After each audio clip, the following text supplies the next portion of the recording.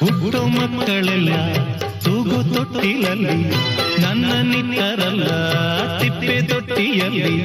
ನಾನು ಏನು ಪಾಪ ಮಾಡಿದೆ?